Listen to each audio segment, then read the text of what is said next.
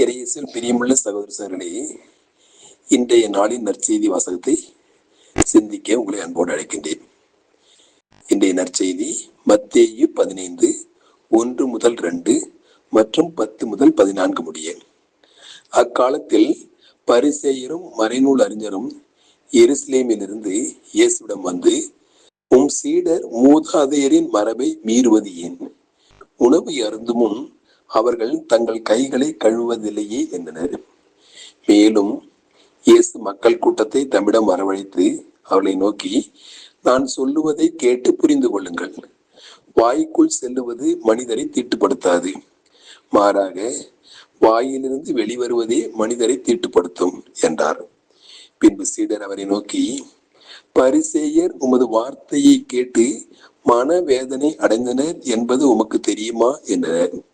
இயேசு மறுமொழியாக, என் விண்ணக தந்தை நடாத என்ற நாற்றும் வேரோடு பிடுங்கப்படும். அவர்களை விட்டுவிடுங்கள். அவர்கள் குருட்டு வழிகாட்டிகள். பார்வையற்ற ஒருவர் பார்வையற்ற வேறொருவரை வழி நடத்தினால் இருவரும் குழியில் விழுவர் என்றார். வாழ்வு தரும் கிறிஸ்துவின் நற்செய்தி. கிறிஸ்துவே உமக்கு புகழ். பிரியமுள்ள சகோதர சகோதரிகளே, இந்த நற்செய்தி வாசகத்தை நாம் சிந்திப்போம். பரிசேயரும் மறைநூல் அறிஞரும் இயேசுவை அணுகி ஒரு கேள்வி கேட்கிறார்கள். உம்முடைய சீடர்கள் மூதாதையர் மரபை பின்பற்றாமல், அதாவது கழுவாத கைகளால் உண்ணுவது ஏன்? அது தீட்டாயிற்று என்று கேட்கிறார்கள்.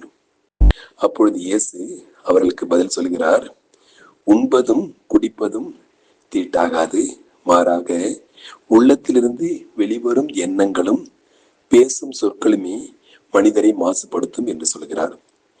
நாம் நீதிமொழிகள் 4:23 இவ்வாறு வாசிக்கிறோம், விழிப்பாயிருந்து உனது இதயத்தை ஆய்வு செய், ஏனெனில் அதனிணைந்து பிறப்பவை உன் வாழ்க்கையின் போக்கை உறுதி செய்யும்.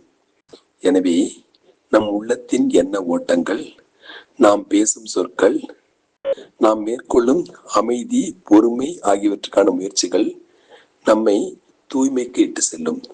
மாறாக நாம் உட்கொள்ளும் உணவோ அல்லது மூதாதையர் மரபுகளோ நம்மை மாசுபடுத்தாது. எனவே நல்ல எண்ணத்தோடு அமைதியையும் பொறுமையும் கடைபிடிக்க முயல்வோம். அன்புள்ள சகோதரர்களே, இந்த நாளில் திருச்சபை நமக்கு கொடுத்திருக்கின்ற மாபெரும் புனித ஜான் மரிய வியானி. இவர் பங்கு தந்தையரின் பாதுகாவலராக இருக்கிறார். எனவே நமது பங்குகளில் உள்ள பங்கு அருள் பணியாளர்களுக்காக ஜெபிப்போம். அவர்களது உடல் உள்ள நலனுக்காக, ஆன்ம சரீர நலனுக்காக அவர்களுக்காக ஜெபிப்போம். புனித ஜான் மரிய வியானி சிறு வயதிலேயே நிறைய கஷ்டங்களை அனுபவித்தவர். குறிப்பாக குருமடத்திலே படிக்கும் பொழுது லத்தீன் மொழியை படிக்க மிகவும் கஷ்டப்பட்டவர். தன்னை மற்றவர்கள் கழுதை என்று அழைத்ததாகவும், இந்த கழுதை ஆண்டவருக்கு தேவை என்று சக மாணவர்களுக்கு அவர் சொல்லுவார். மேலும் அவரை பற்றி பின்வரும் கருத்துகள் கூறப்படுகின்றன. அவர் தன்னை பற்றிய மற்றவர்கள் அவதூறாக பேசும்பொழுது அதை பொருட்படுத்த மாட்டார். தமது காதுகளை மூடிக்கொள்வார். நல்லவற்றை மட்டுமே கேட்பார். இரண்டாவதாக, ஒரு உத்தம குருவானவராக இருந்தால் மட்டுமே போதும், அது மட்டுமே எனது அடையாளம் என்று அடிக்கடி சொல்லுவார். அவர் தனது பங்கு பணியிலே திருப்பணி ஆற்றுதல், பாவசங்கத்தினம் கேட்டல், மறைக்கல்விக்கு முக்கியத்துவம் தருதல் இவற்றை உறுதியாக கடைபிடித்தார். மணிக்கணக்கில் திவ்ய நற்கரணைக்கு முன்பாக அமர்ந்து ஜெபிப்பார். தொடர்ந்து பாவசங்கத்தினம் கேட்பார். ஆர்ஸ் நகரத்தில் வாழ்நாள் முழுவதும் பணிபுரிந்தார். அவர் தனது கண்முன்னே மாற்றத்தை கண்டவர். எப்படி எனில், இந்த ஆர்ஸ் நகரம் பாவத்தில் மூழ்கிய நகரமாக இருந்தது. அவருக்கு முதலில் கொடுக்கப்பட்ட பங்கு பணித்தளம் அதுவே. அந்த நகரத்தின் பணியேற்ற பொழுது அவர் மக்களை குற்றம் சாட்டவில்லை, அவர்களை திட்டவில்லை, மாறாக அவர்களுக்காக ஜெபித்தார்.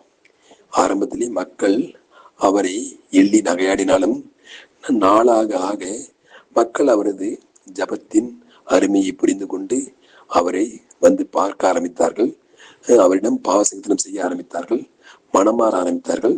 இதனை கொண்டு அந்த நகரம் நிறைய மக்களை அழைத்தது, அவரிடம் அழைத்தது. இப்படியாக அவர் அந்த மக்களுக்கு நன்கு பணிபுரிந்தார். அந்த மக்களுக்காகவே வாழ்நாள் எல்லாம் பணிபுரிந்தார். அந்த ஒரே நகரத்திலே நிலைத்து பணிபுரிந்தார். அவர் அந்த நகரத்தின் மனமாற்றத்தை கண்டார். எனவே இந்த ஜான் மரிய வியானின் வழியாக நாம் ஜெபிப்போம். நம்முடைய பங்கு பணியாளர்களுக்காக ஜெபிப்போம். குறிப்பாக நம்முடைய இதயத்தை கட்டுப்படுத்துவோம். அதிலிருந்து புறப்படும் வார்த்தைகள், எண்ணங்கள் இவைத்தான் நமக்கு தூய்மையை தரும்.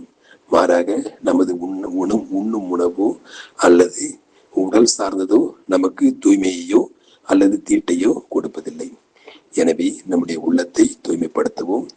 குறிப்பாக திருப்பலியிலும் திவ்ய நற்கருணை சந்திப்பதிலும் மற்றும் பாவ சங்கீர்த்தனம் செய்து நம்முடைய ஆன்ம உணவை நாம் இயேசுவின் உடலை இரத்தத்தை நாம் அருந்துவதிலும் நாம் நம்முடைய எண்ணத்தை செலுத்துவோம். இறைவன் நம்மை ஆசீர்வதிப்பார். சமாதானம்.